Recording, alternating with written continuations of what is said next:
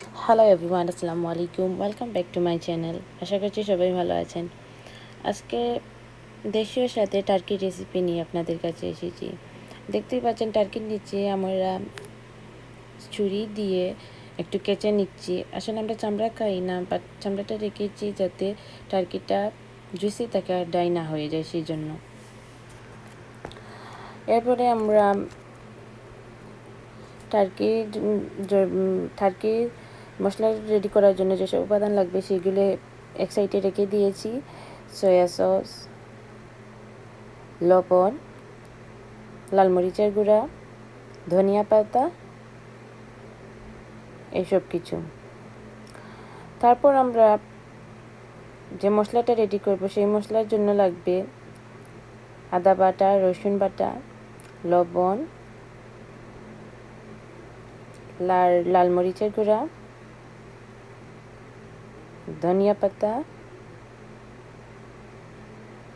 আর melted butter. আমরা সব কিছু একসাথে করে একটু মশলা রেডি করে নিচ্ছি।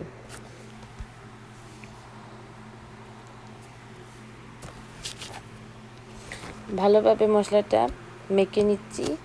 তারপর আমরা টার্কির মধ্যে সেই মশলা দিয়ে দিব। এখন চামড়ার নিচে এই মশলাটা ভালো করে টার্কির গায়ের মধ্যে মেখে নিচ্ছি। টার্কির উপরে,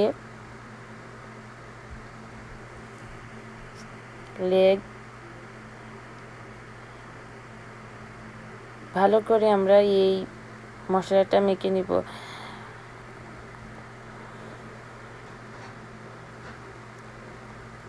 আসলে আমরা বাঙালি তো, সেই জন্য একটু মশলা খেতে ভালোবাসি, আর মশলাদার খাবার আমরা একটু বেশি লাইক করি। এরপর আমরা ভালোভাবে টার্কির নিচে এই মশলাটা দিয়ে দিচ্ছি।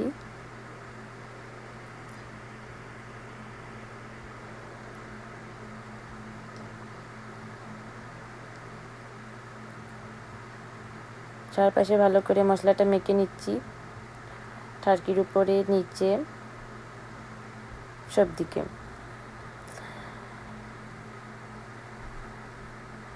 তারপর আমরা এখানে একটু বাটার নিয়ে টার্কির গায়ের মধ্যে মেখে নিচ্ছি।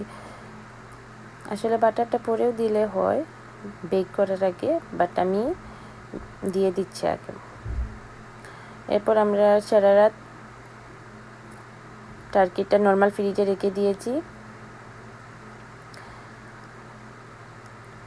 এরপর টার্কির মধ্যে যা যা লাগবে,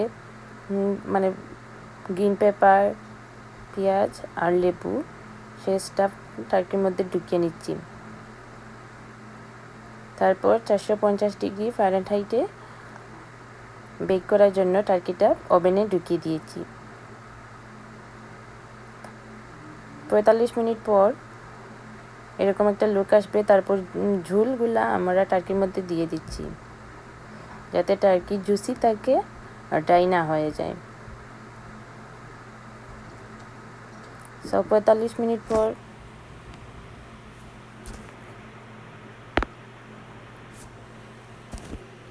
আবার গ্রিল করার জন্য টার্কিটা ওভেনে দিয়ে দিচ্ছি। তো এই হচ্ছে ফাইনাল লুক। আল্লাহ হাফেজ।